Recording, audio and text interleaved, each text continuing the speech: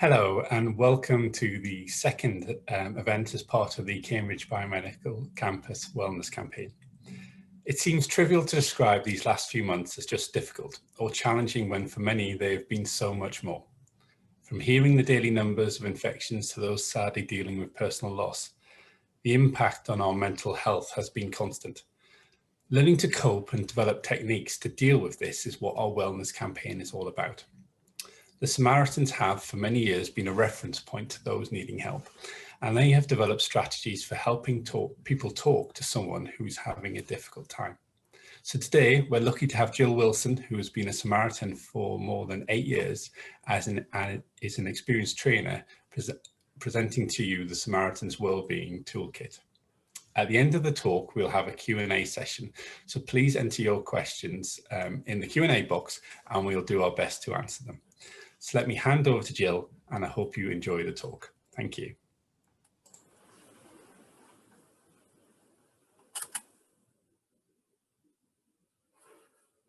Hello, and thanks for joining us today. As Tony said, I'm Jill Wilson. I'm former Director of Training and Lead Trainer at Cambridge Samaritans. I stood down in September last year after a 4-year stint, and I now focus solely on the most important thing the Samaritans do. I'm a listener on the phone lines. It's great that you're here today wanting to know more about supporting people who are potentially in distress or in need of emotional support. So, starting with a trigger warning, there's nothing majorly distressing in what we're going to talk about, but some people might still be affected. So if you think this might be you, then probably best to step back. So just a brief introduction here about the Samaritans. Somebody contacts Samaritans every 7 seconds, and we receive 5.7 million calls for help each year. We've got 201 branches and about 20,000 Samaritan volunteers.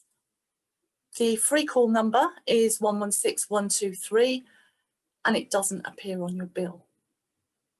So Cambridge Samaritans is a large branch, as you might expect. We've got about 180 volunteers running the branch almost 24/7.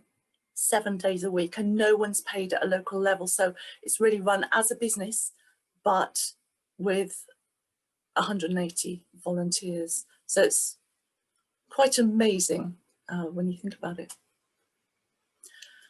So our vision, Samaritan's vision, is that fewer people die by suicide. And what we're trying to do here today is to help stop things getting to that point. Of note, only 1 in 5 calls to the Samaritans is from someone who is suicidal. That's just 1 in 5 calls. And that means, therefore, that 4 out of 5 people aren't suicidal. They're in distress.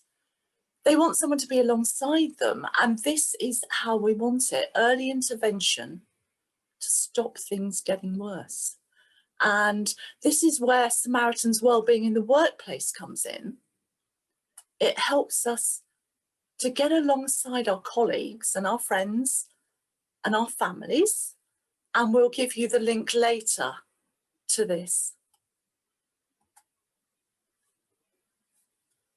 So in a nutshell, these shared values are what we're going to look at today, and they shape everything that we as Samaritans do, and they could be really important values for us all in our everyday lives, and in particular being alongside and supporting other people.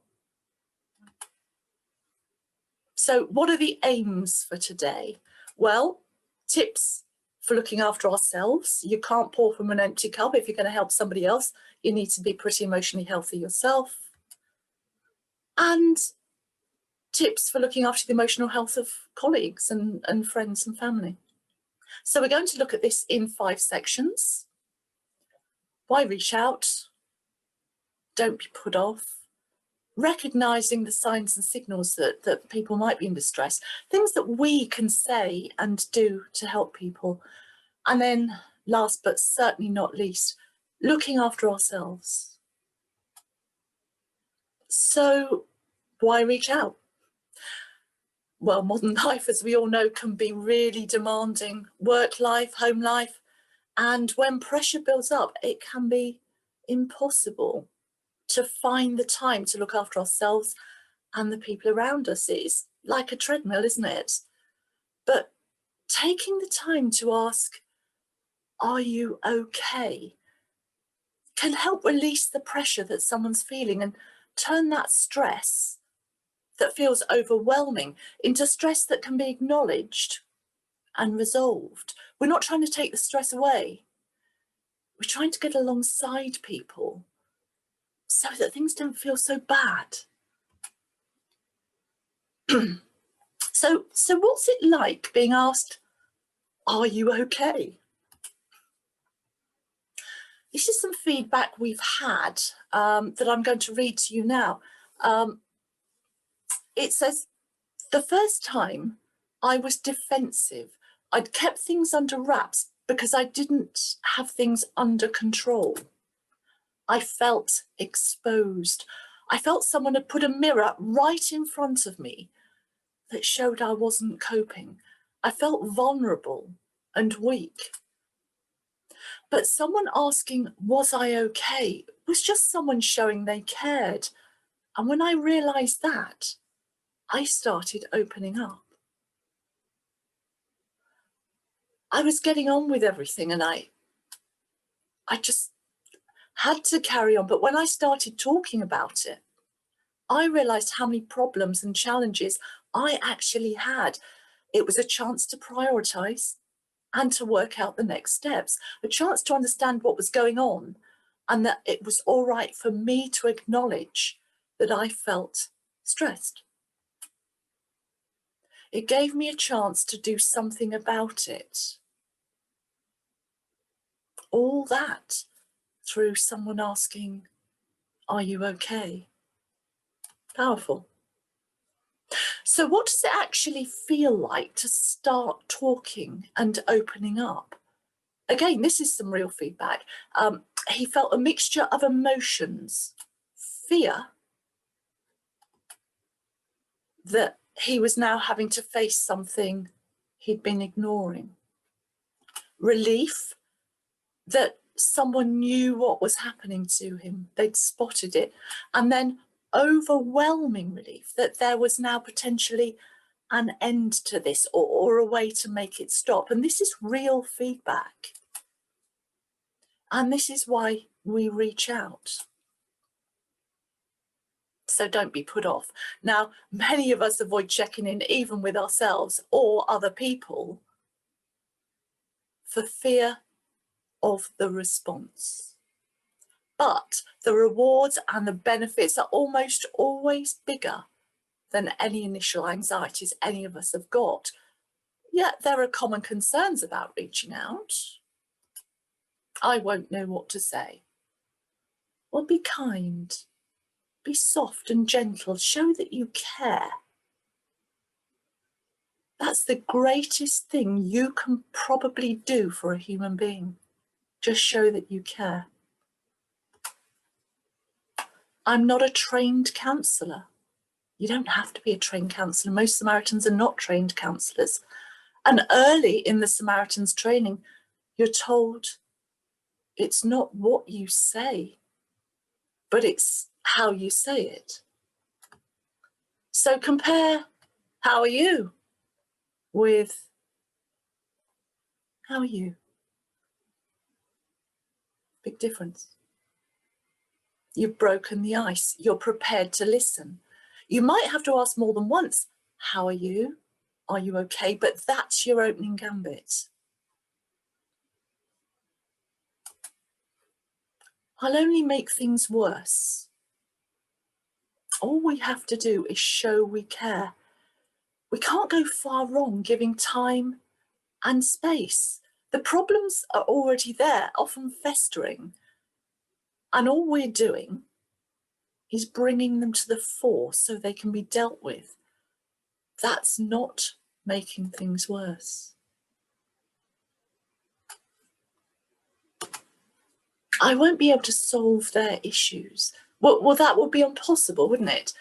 We can't solve problems in a few minutes or a few hours. And besides, we only know what they've told us. We're allowing them to talk through their issues, explore what they might do, look at options. That's so much more valuable than giving advice. We help them to solve their own problems by letting them talk things through. What difference can I make? Well, you've approached them with empathy and care. You've made a big difference already, more than you realise. We don't always have time for each other. This is a really busy world. And in offering someone time and space will make a huge difference. They'll feel valued and cared for.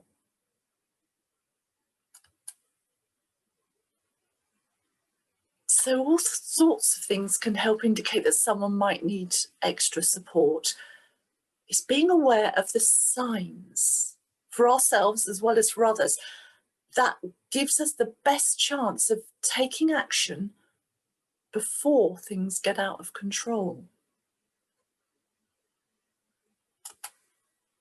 So is there a difference in the way they're behaving? Has their behaviour changed?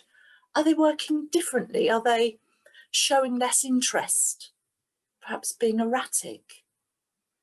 Maybe overreacting, being secretive or resigned, giving up, no real fight?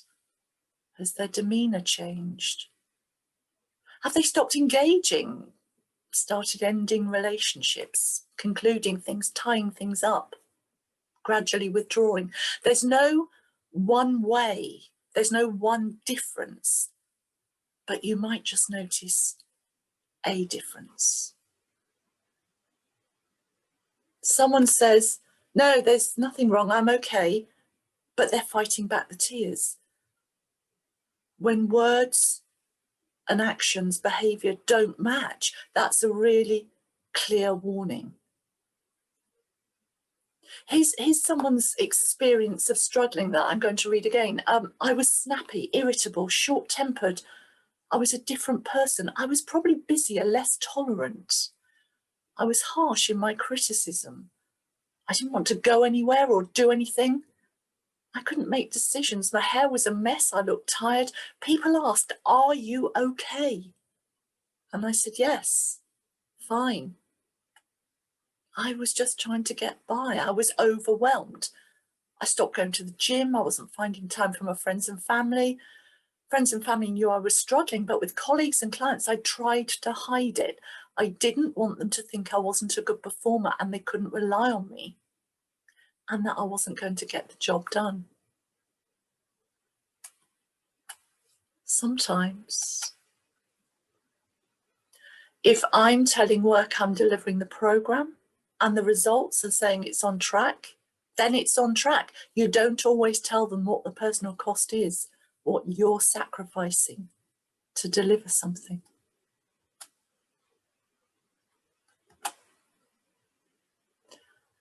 So what people say can also indicate that they're struggling to cope. I never get anything right. I can't keep going like this. I just feel so useless. I can't cope. I don't know what to do. I feel so worthless. What's the point? I can't do this anymore. It's all too much. I feel so alone. We call these trigger lines. They're lines that alert us to something that isn't quite right. And sometimes someone just stops talking and says nothing at all.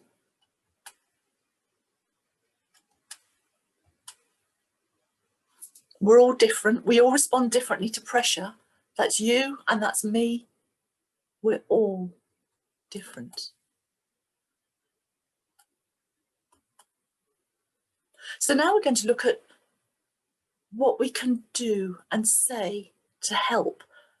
Although it might seem daunting, helping someone through an emotional conversation can be really rewarding, and it doesn't have to be difficult. The skills you need are the skills you already have. It's just a case of knowing when and how to use them. Samaritans uses the shush framework as a way to remind us how we can support people. So the first S, show you care. Notice somebody. Ask them if they're okay. This is someone's experience of being listened to. They took me away for a coffee to talk. Really just asked how I was. It was good to just spend time and start sharing what was on my mind. She was there to listen, not judge, not solve my problems. It was just a genuine, open offer to listen. How powerful is that? She didn't say you should or you shouldn't. How could she? She wasn't in my skin. She said, I'm just here for you to offload. She didn't do much other than showed me she cared. The softness in her eyes, her and me, nothing else. It made me feel that everything would be okay. And that's the key. Show you care. Just give somebody your full attention, space, time, quiet, and be encouraging. That doesn't mean telling them that everything will be okay, because we don't know that everything will be okay. H, have patience. Put them at their ease. There's no rush. Plenty of time. Open body language. Nod. Head on the side. Look interested. Make eye contact, but not too much, because that can get a bit scary. This is not about you or me and our thoughts and feelings. It's about them. So use open questions, not closed. So how, why, what, where, when? For example, what's been going on since last time I saw you? Tone and pace is really important. Just very gentle and slow. So other sorts of questions. Where are the challenges? What are the issues you're facing? And what options have you got? An example here, someone worried about an elderly parent. You could say, how old's your dad? And what do you get back? You get the age, 74, 96, 82. Whereas if you say, tell me about your dad, that enables them to tell you what they want to tell you and not what you want to know.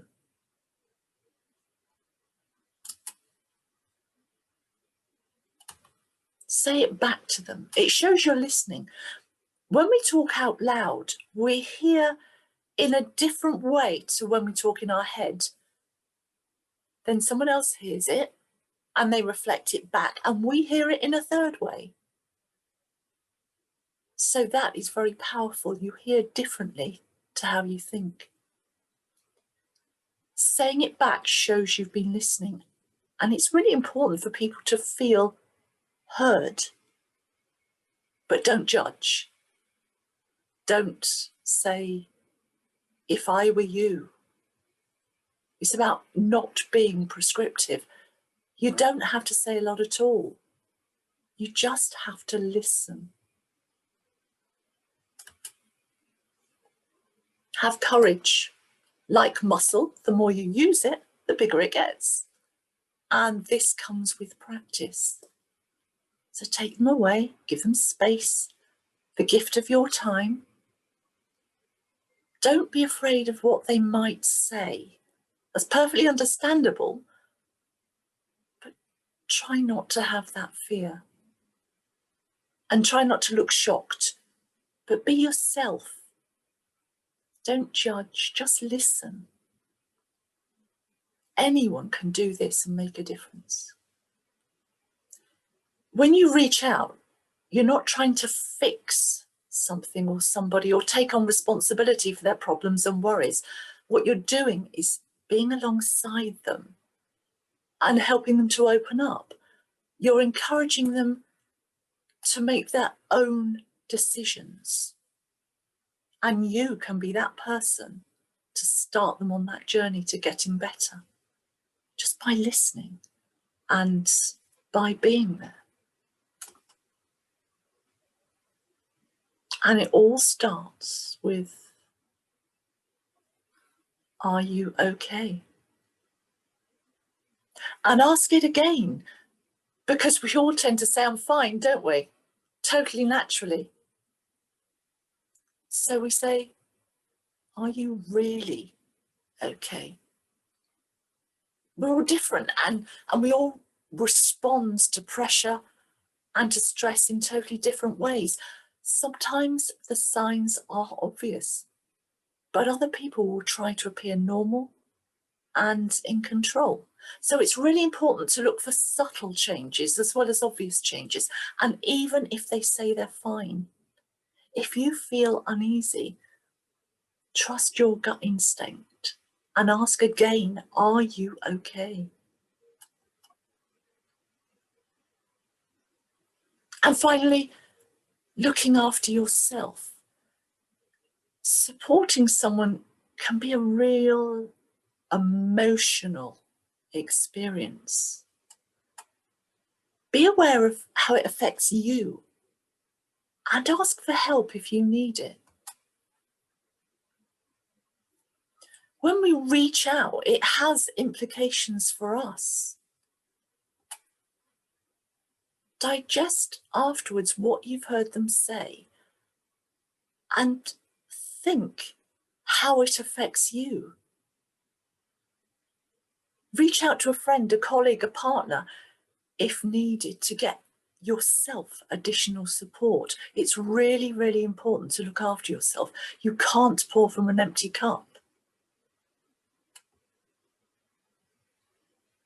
It might be a one-off situation, or you might be going to support more people in the future. So it's really important that you stay emotionally strong by, in turn, sharing your emotions. As Samaritans volunteers, we sign off at the end of every shift. We offload so that we're not carrying people's problems with us. It's cathartic. So, am I in the right place emotionally myself? Do I have time to listen? If not, you can help in another way.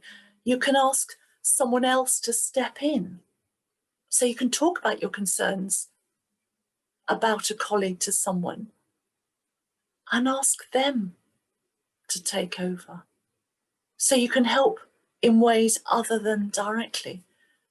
And of course, you can signpost to the Samaritans, but let them know that you're there for them too.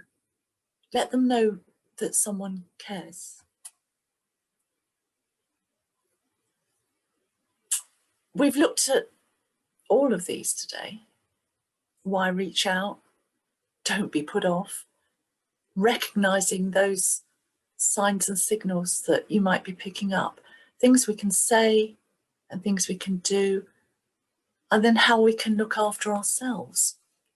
So just some tips. Things to say and do. People do often find this a little bit tough. So basically, to summarize, listen. Be alongside them. Be gentle with your tone and pace. Don't give advice. No judgments. No shoulds. Not you should do this, you should do that. Give them your full attention. Gentle, open questions. Who, why, what, where, how? What options have you got? What happened? Tell me about. And remember, it's not about what you want to know. It's what might help them to tell us. Remember going back to earlier, how old is your dad? As opposed to, tell me about your dad. It's about giving them an opening to tell you what they want to tell you. We can't say it'll be okay. We can't promise that. But we can say to somebody, you're doing okay. Have confidence, have courage. You can do this. So here's a quote from a Samaritans caller. I know there'll be someone there to listen, someone to say, you're doing all right, and who won't judge me. And that's how we want the person you're supporting to feel, that they won't be judged. Now, Samaritans is here for anyone who's struggling to cope. There's no typical person who contacts us, no typical problem that people talk to us about. Callers talk to us about anything and everything. And we want people to know that. We want people to know that Samaritans is here for everyone, and that's here for you as well. If you want support, having supported someone yourself, give Samaritans a call. So these are the contact details. At the moment, you can't visit a branch due to COVID, but we are available 24/7 on the phone and by email. What you've heard today has been based on Samaritans' wellbeing in the workplace. My trusty sidekick, Tony, is hopefully putting the link in the chat now if he hasn't already done so. And you should be able to copy and paste it or click through, but hopefully not until we've finished here. It's a really great hub of information, and it's got some lovely films about getting alongside people and supporting people.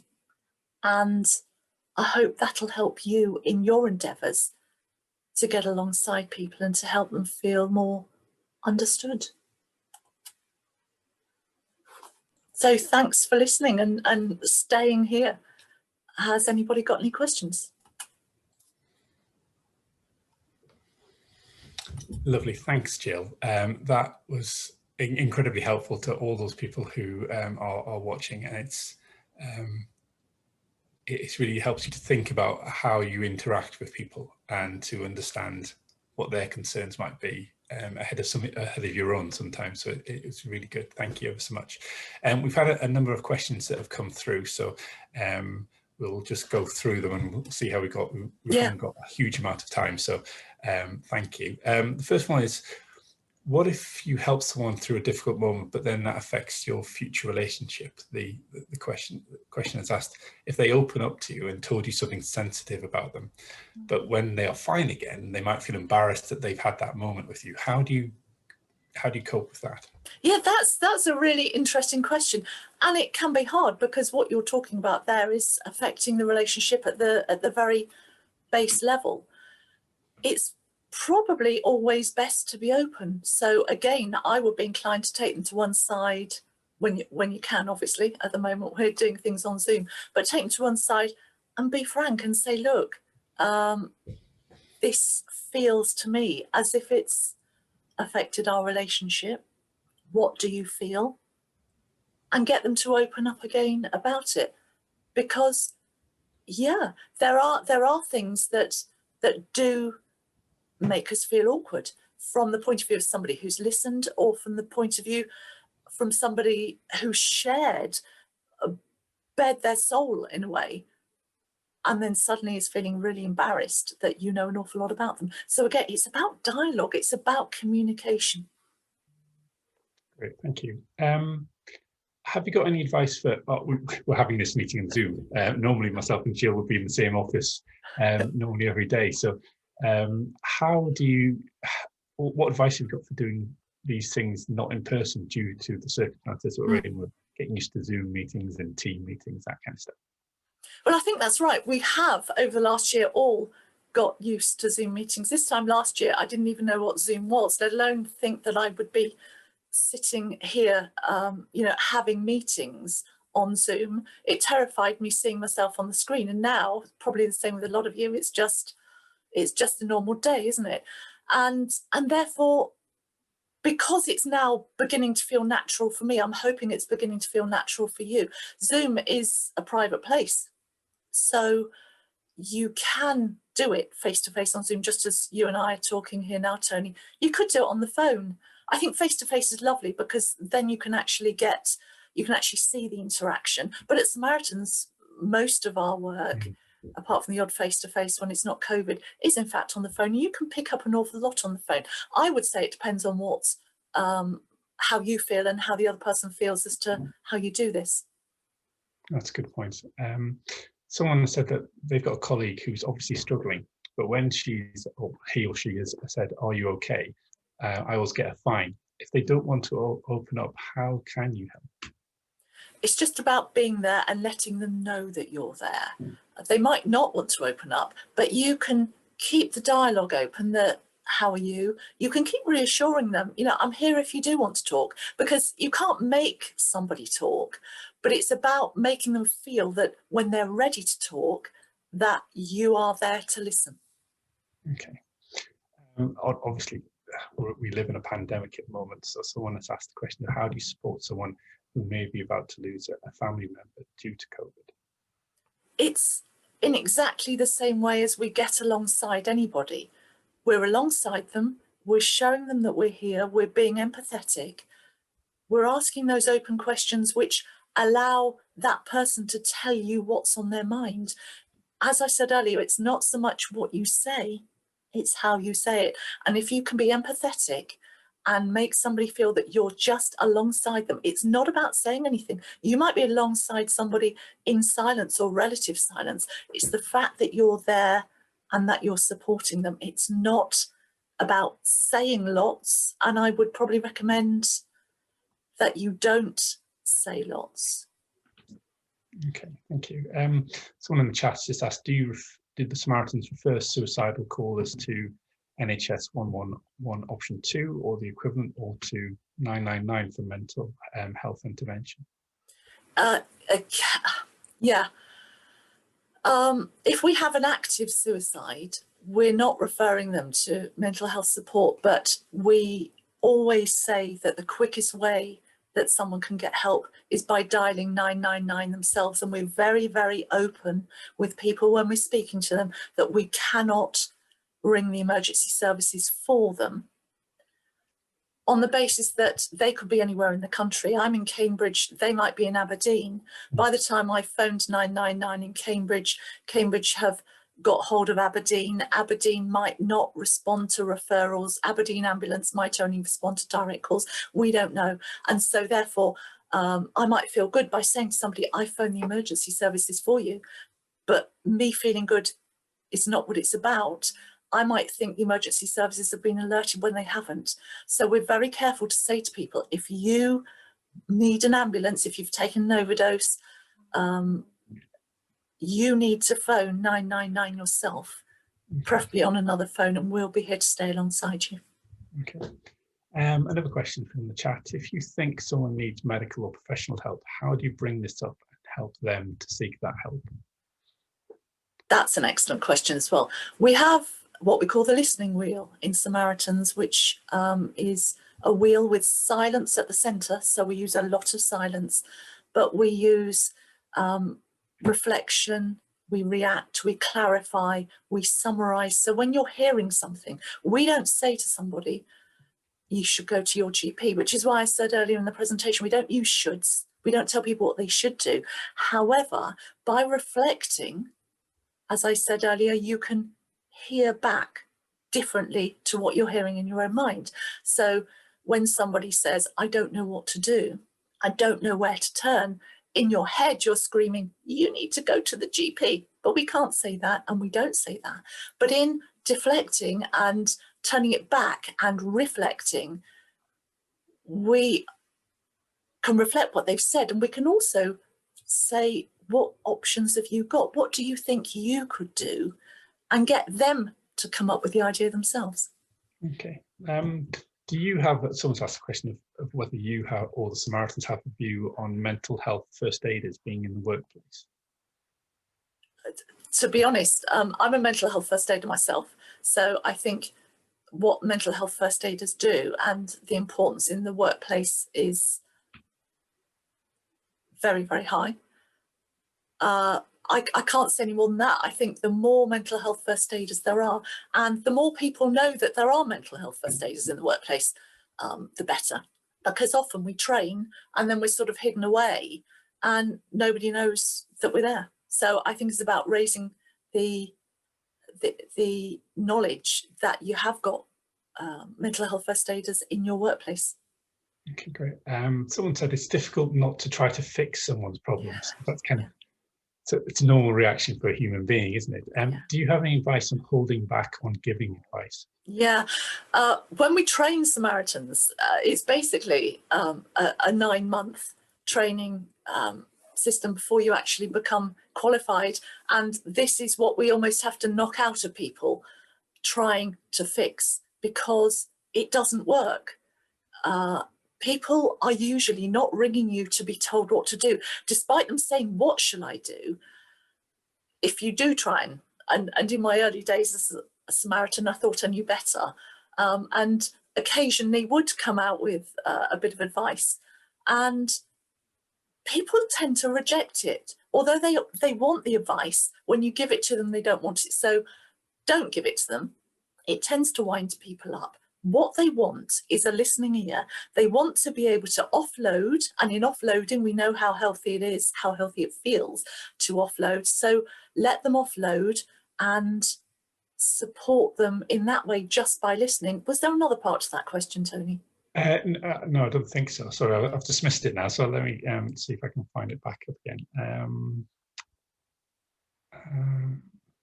It's difficult not to try to fix someone's problem. Do you have any advice on holding back on giving advice? Yeah, so you do need to hold back. It's really important to hold back. So you do it by reflecting, by getting them to clarify what they've said, by asking lovely open questions: who, what, why, where, how, that sort of thing, rather than closed questions which just lead to a yes or a no answer.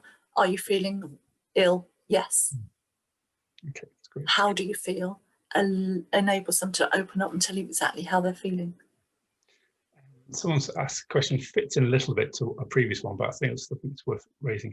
How do you reach out in a virtual world where you don't see people at all? How do you get them to come to you? Yeah, it's really hard, isn't it? I guess in the workplace, it's about letting people know that you're available. And if you've got a supportive workplace, if you've got an HR department, a wellbeing department, something like that, pushing them to actually raise the profile of people that people can refer themselves to if they're struggling. I think it's really, really important that such departments have quite a high profile, especially in this climate, that there is help. And I know a lot of the bigger companies do, and it's really good. A lot of the smaller companies don't. So if you are somebody within a smaller company who can offer help, make that known somehow. Okay. Do you have any I guess this is kind of falling back into how the Samaritans are traditionally seen, because someone's asked a question of, do you have any tips for supporting people over the phone during the pandemic?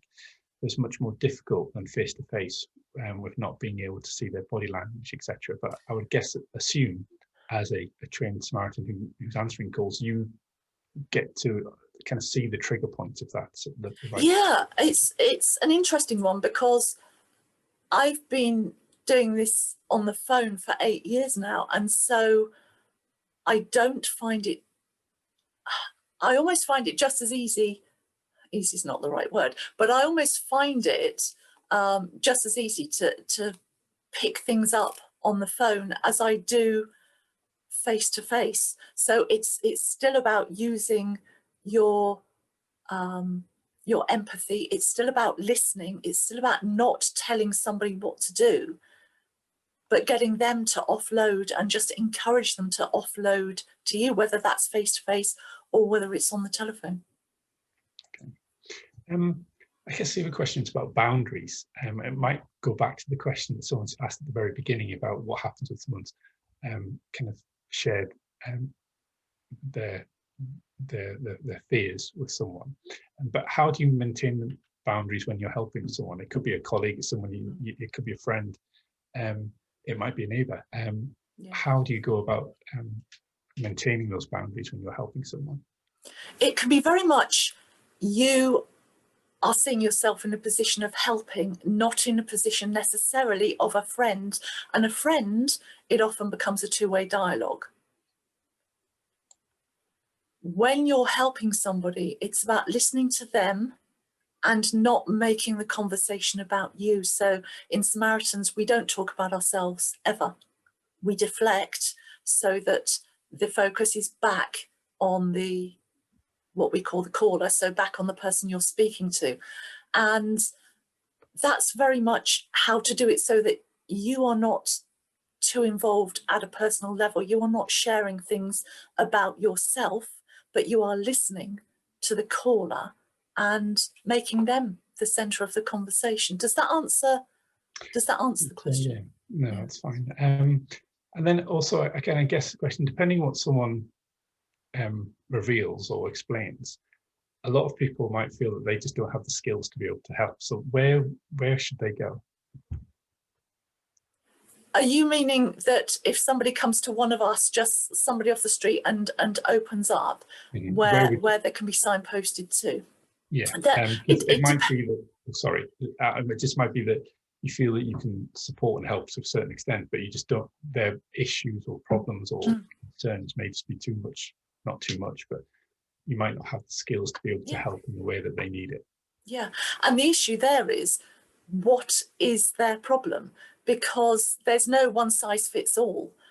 So it might be that you actually say to them, well, what about speaking to your GP?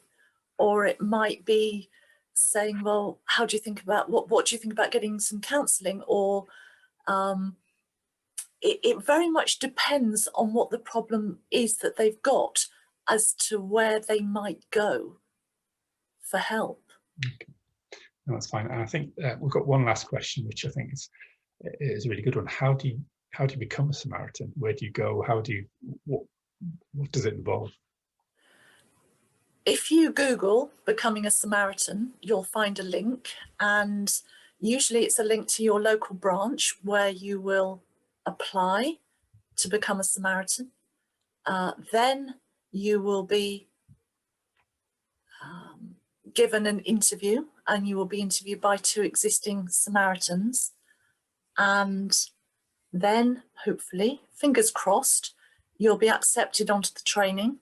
The training probably takes, it's going to take 6 to 9 months in total. I mean, it's quite short initial training, but then it's all ongoing training, and you're not on your own on a shift until you're really, really experienced, when you're on with just one other Samaritan. Up till then, you've got somebody holding your hand all the way. So that will probably be for 9 to 10 months before you're actually qualified. So there's an awful lot of support, because you've got to be ready for the first call you ever take, being somebody who is in the process of taking their life. And Samaritans takes that really, really seriously. And so you will be very, very well trained before you are let loose on the phone lines. Lovely. Thank you, Jill, and thank you for your time today, and thank you for all the support you've given to lots of different people throughout the years. And thank you to everyone who's joined us today. We'll be adding this talk to the Cambridge Biomedical Campus YouTube channel in the next couple of days.